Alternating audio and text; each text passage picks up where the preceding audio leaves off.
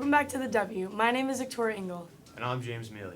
In this month's episode, we focused on current events, and a current event is something happening right now that affects a special group or society as a large. These issues are often controversial with strong opinions on all sides. A current issue doesn't necessarily mean that the question is new. Some topics have been discussed in society for decades. The world around us is changing each and every day, and those decisions greatly affect our lives. It is important for us to be aware of these events that are going on around us locally and nationally. This month we focused on things like police robots, electric cars, PlayStation, and the Yankees, the Giants, and the Knicks. Nick Stratigakis, junior reporter, fills us in on soccer team Manchester United's historic downfall in 2023. Hi, I'm junior reporter Nick Stratigakis reporting from the W. Imagine your favorite soccer club being one of the most dominant teams in England and falling off a cliff and struggling to beat trophyless teams. Well, that is Manchester United in 2023. According to Goal.com, Premier League club Manchester United is one of the most widely supported and successful football clubs in the world. They can boast of a trophy cabinet filled with silverware and have always been a dream destination for wonder kids and superstars alike due to the club's rich legacy in England and across the world. There is a widespread amount of issues ongoing currently at Manchester United. To say they are underperforming would be an understatement. While you may argue that the blame is to be put on the manager, the owners, or the players, there are definitely problems going on at the soccer club at the moment. The main blame is currently being put on the manager, Erik ten Hag. ESPN states, but this is Manchester United we are talking about. Not the great multi-Champions League winning team, but the modern-day version that has come to typify weakness, chaos, and how not to play at the highest level or any level. Despite the struggles, ten Hag remains optimistic and thinks he will do a better job.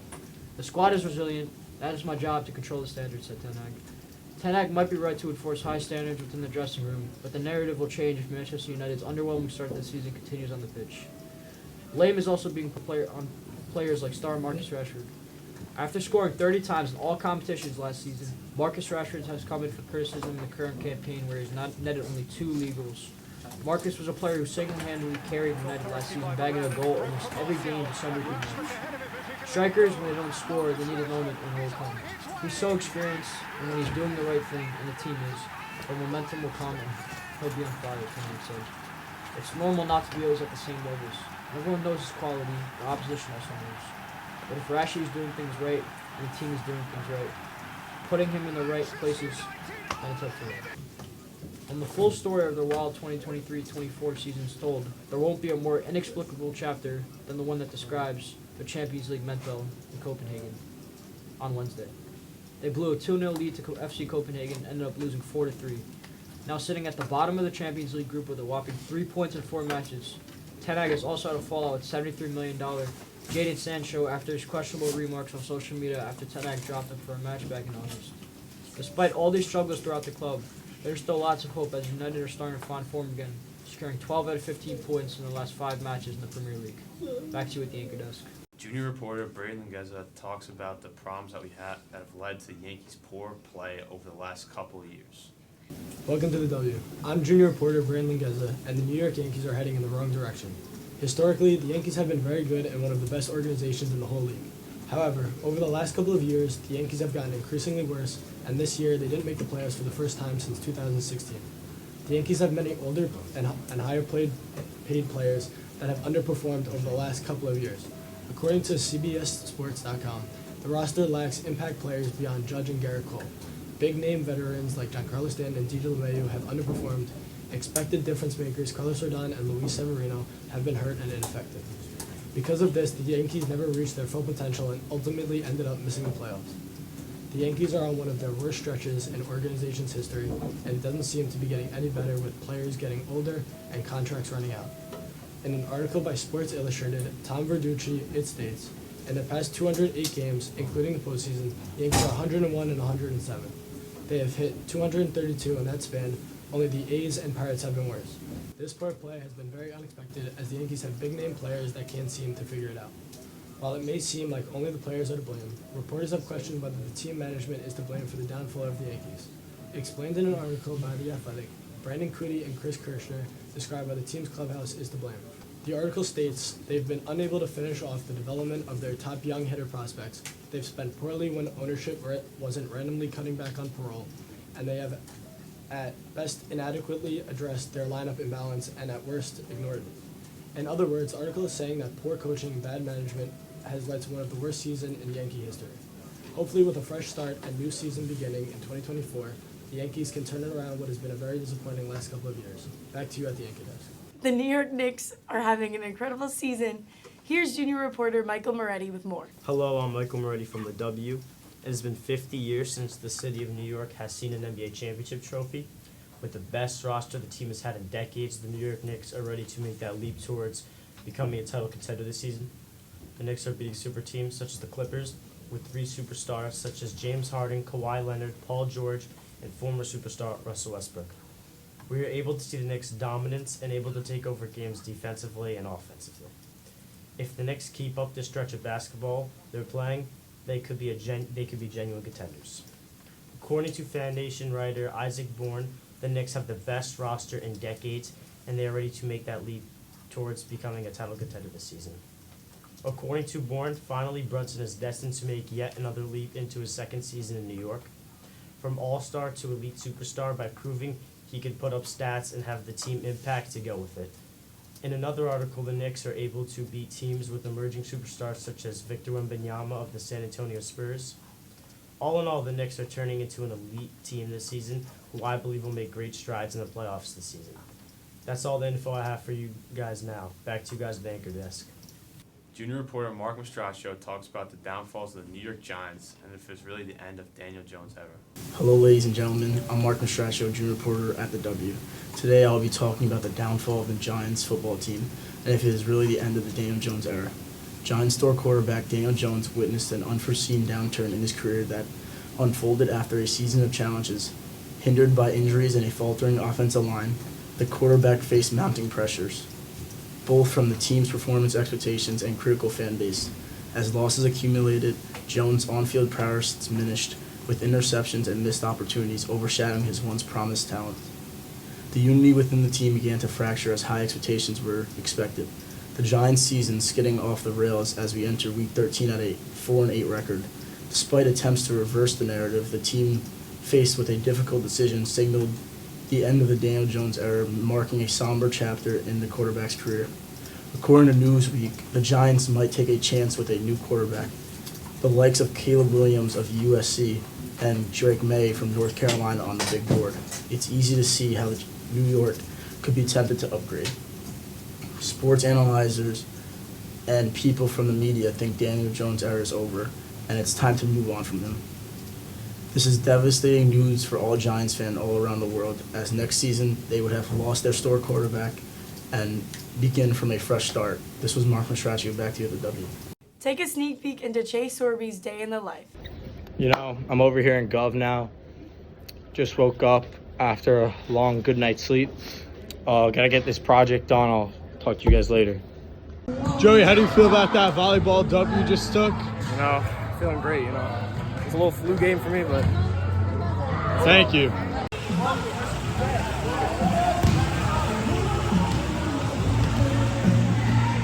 You know, just arrived in senior support. Gonna get my work done, and then we out to lunch, and then broadcast, and day's over. You know, today I'm here at Chris Deli. This is my favorite deli. I come here every lunch day. I come here with my good friend Chris, James, and Steven. Hold on, me too. Come here and face every ACE, BDF day, so every day. Chris Deli. You know, now I'm ending the day off with my favorite class, broadcast, and, you know, that's my day. Have a good one, everybody. Back to you at the studio. Those of you who follow football might want to know who's the first set of MVPs are. Here's more from senior reporter Joey Casella. Welcome to the W. I'm senior reporter Joey Casella. ESPN, the New York Post, and Fox Sports have listed the NFL's most valuable players through weeks 1 through 9. Coming at number 5, we have Brock Purdy from the San Francisco 49ers. Purdy has thrown for 13 touchdowns and has only thrown 5 interceptions. The 49ers are 5-3, but will get back in form after the bye week. Coming in at number 4, we have Lamar Jackson from the Baltimore Ravens. Lamar is one of the most versatile quarterbacks. He can throw the ball and run the ball. He has 1,954 passing yards with a 71.5 completion rate and has 440 rushing yards, the most as a QB this year. Coming in at number 3, we have Tua Tagovailoa from the Miami Dolphins. Tua has been amazing this year, throwing for 2,609 passing yards with a 69.5 completion rate. Him and wide receiver Tyreek Hill are looking like the best QB wide receiver duo in the league. The only flaw of Tua is he seems to struggle against good teams. Coming in at number 2, Jalen Hurts from the Philadelphia Eagles. Hurts and the Eagles are looking like the Super Bowl favorites, with Hurts having 2,347 passing yards with 22 total touchdowns in the season. Coming in at number 1, we have last year's MVP Patrick Mahomes from the Kansas City Chiefs. The Chiefs receivers are struggling this year.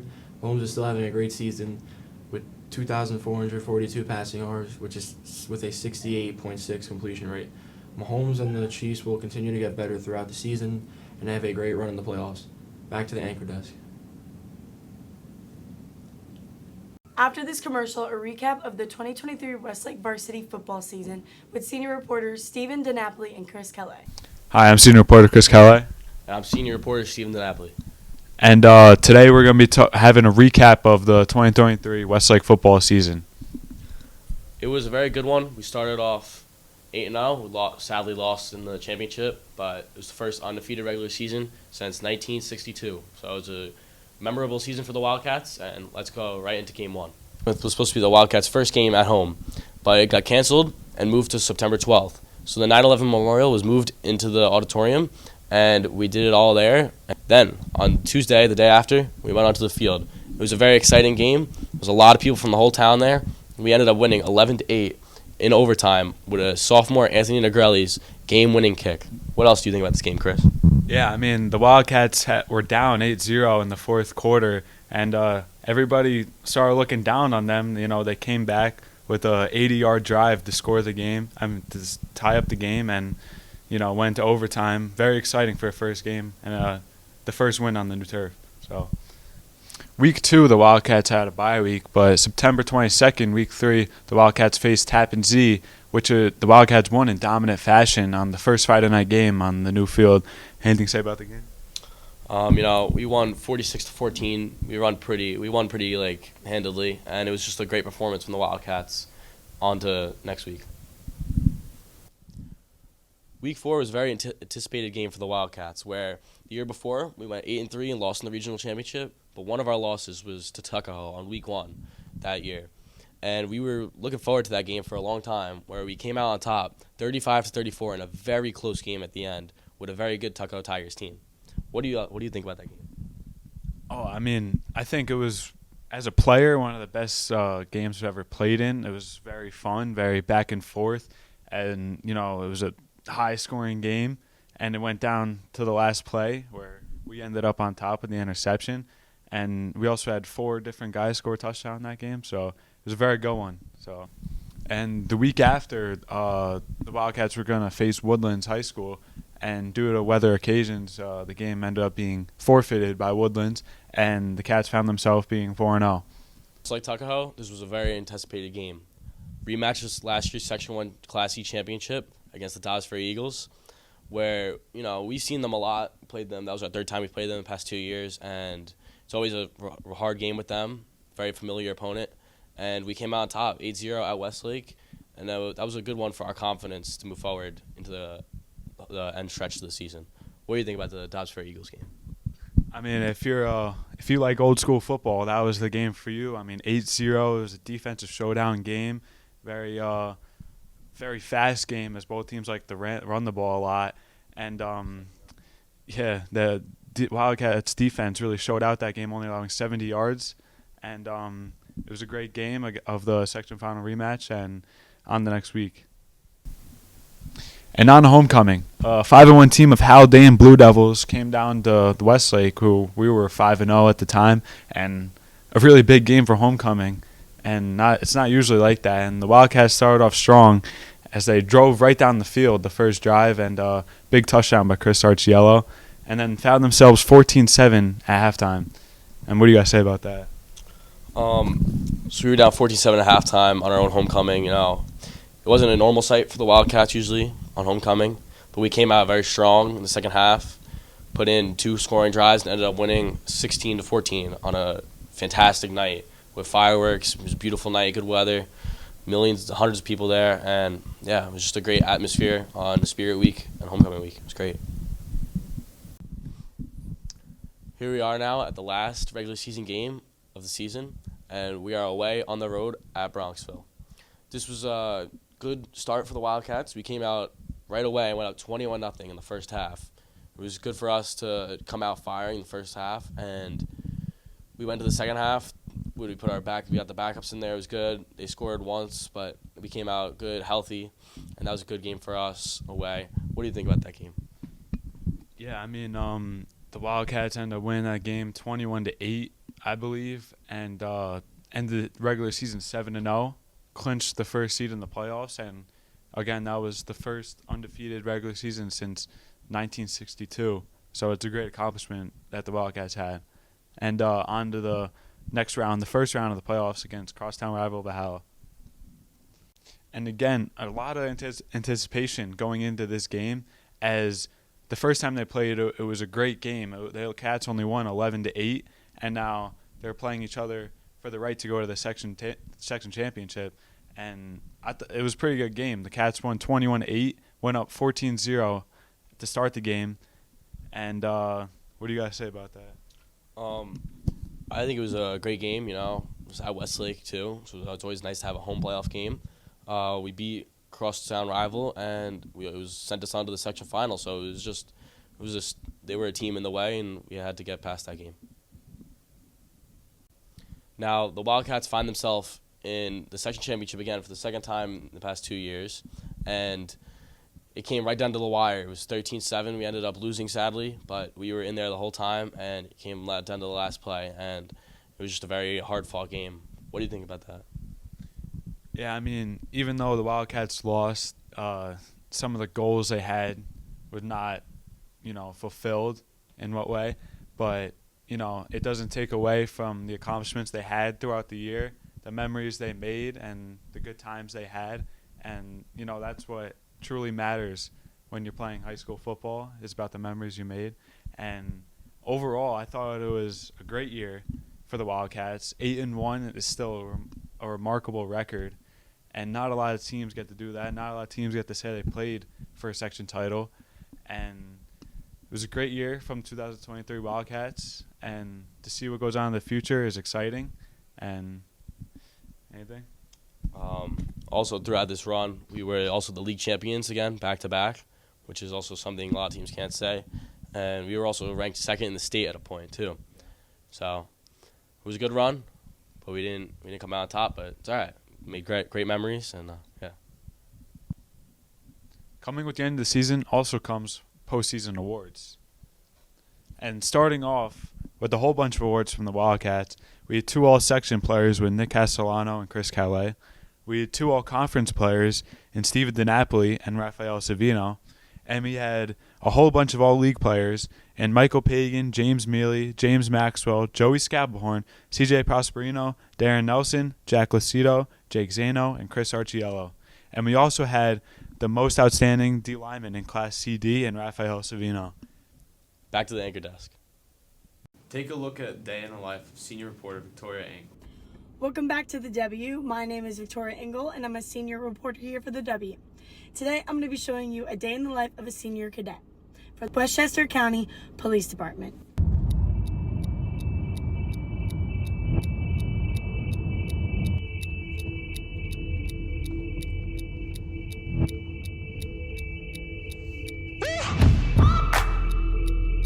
Okay, so we've made it to the Police Academy. We're here today with SWAT, so it's going to be exciting.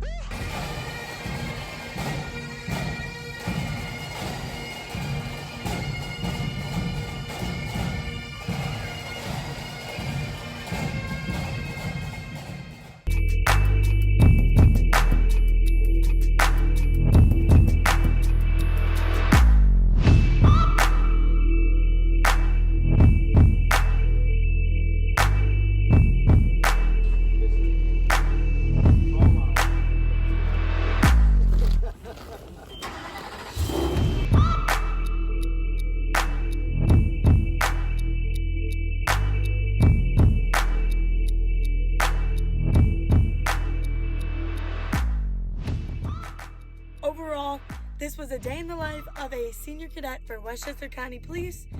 Back to the anchor desk.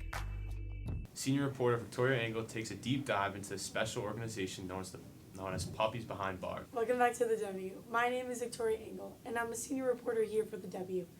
On Tuesday, November 14th, two black lab puppies named Dylan and Julian visited Westlake High School. The puppies are involved in a training with a special organization called Puppies Behind Bars. This organization enables prisoners to train puppies at a very young age. The puppies are trained to one day graduate from the prison and help guide ex-law enforcement and veterans with PTSD. This organization also provides rehabilitation benefits to the prisoners, helping them get a second chance at life.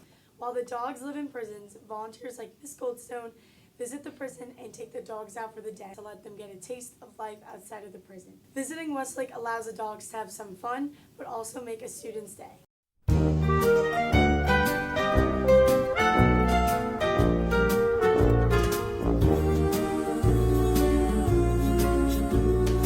You've got a friend in me. You've got a friend in me. When the road looks rough ahead and you're miles and miles from your nice warm bed, you just remember what your old past said. Boy, you got a friend in me. Yeah, you got a friend in me.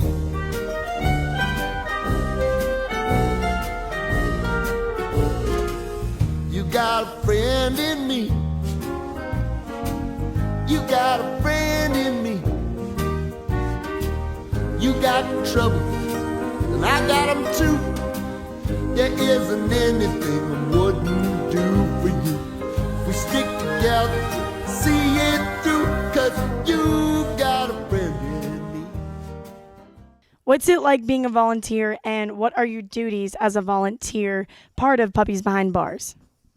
Being a volunteer at Puppies Behind Bars is a very rewarding experience because you finally are able to give back to the community, especially the community that has helped us. Military, first responders, police officers. So I pick up the dogs usually once a week and we go out to a variety of different places. I expose them to things that they may not ever see. I expose them to pigs and llamas and horses and porcupines. Everything I could think of, because the more exposure they get, when they do see something new out there, it's not going to be such a shock to them and they're not going to have a negative reaction. And how have the Puppies Behind Bars affected veterans with PTSD and law enforcement? Simply by comfort, simply by the commands that we teach them, specific post-traumatic stress disorder commands. Veterans do have flashbacks every now and again of their time in war. And on my feet, the dogs are laying down directly across the feet. And what it does, it just grounds them in the moment, so that way they're not in the flashback, they're in the actual moment of the day. A story I can tell is that one of our recent graduates, he's a veteran, he doesn't like individuals behind him. He's very uncomfortable with people behind him, very close to him. He's very uncomfortable in open and wide spaces. And this individual had one of our dogs, Truman, and didn't realize that there were a bunch of people behind him while we were at the mall, while we were at Target. What he said was, in the moment, he was so focused on Truman that he didn't focus on those behind him or those around him. And that's exactly what we're looking for our veterans. We want them to feel so comfortable that they're not focused on everything going on around them, but that they can focus on just the dogs and feel comfortable enough to be outside in the public with everybody else. What do you have to say for the people? Thank you, Mr. Tyson, Mr. Shanker, and Ms. Goldstone for sharing this opportunity with our school. This has been Victoria Engle with the W. Back to you at the anchor desk. Did you know the New York City Police Department has robots working side by side with the police? Here's James Miele talking about the future of law enforcement. I'm James Miele, a junior reporter here at the W. The future is here. You may already see robotic vacuums and little robotic cars that deliver people food, but now we have police robots. Saying this may cause you to think of giant armored robots that have guns and flamethrowers, but this is not the case. As described in USA Today, one of the public safety technology companies, 5'2", 400-pound robots, is working the graveyard shifts, patrolling the Times Square subway stations for the country's largest police department alongside a human New York Police Department officer. Its official name is K5, and it's from a California-based maker, Nightscope. It's a fully autonomous outdoor security robot, and it's currently used in hospitals, malls, airports, warehouses, and casinos, and will soon be deployed in the Times Square subway stations, the city's busiest underground transit hub. The robot has 4 cameras to record 360-degree view of its surroundings, and it costs about $9 an hour to lease, making it affordable and effective because the robot doesn't need bathroom or lunch breaks. It's equipped with a button that can be pressed for assistance and can speak and to give instructions to help guide in an emergency. On the contrary, some concerns have been brought up. Some people question things like what happens if it rolls down the stairs, or rolls in the train tracks, or even pushes someone into the train tracks. Because the program is still new, data is still being collected on its effect on crime. How do you think this could evolve in the future, and do you think it will be helpful? Personally, I think a police robot with a flamethrower would be pretty cool and quite effective. Back to you at the W. Have you ever heard about the recent investigations involving Tesla? Here's senior reporters James, Maxwell, and Chase Sorby. Hello, I'm senior reporter James Maxwell. And I'm senior reporter Chase Sorby. Have you heard about the recent news about the ongoing case regarding Tesla? If you haven't, we have some news to share. The case concerned a lawsuit against the death of a 37-year-old Michael Lee, who was allegedly using autopilot features in his Tesla Model 3 while driving his family down a highway at 65 miles per hour in Southern California.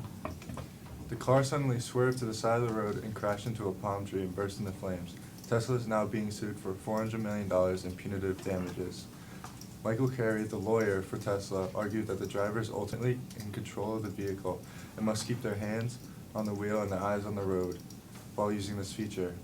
As the case comes to a close and a verdict is issued, John Michaels, the lawyer at Lee's estate, says, "Though we express disappointment in the verdict, it's undeniable that the national lens is now focused on this pressing matter." This can kill Tesla sales and ruin Tesla as a company. No one will trust this company since it's taken a life of a young man and his family. Another incident happened in Utah when a woman was hit by a self-driving car while she was riding on her bike late at night. Here's the video. We cannot trust these self-driving vehicles. They are killing innocent people, and we should always stay cautious of our surroundings while driving. Back to you at the anchor desk. Thank you for watching. Stay tuned for our 6th annual holiday special for our December episode. Happy holidays, Westlake.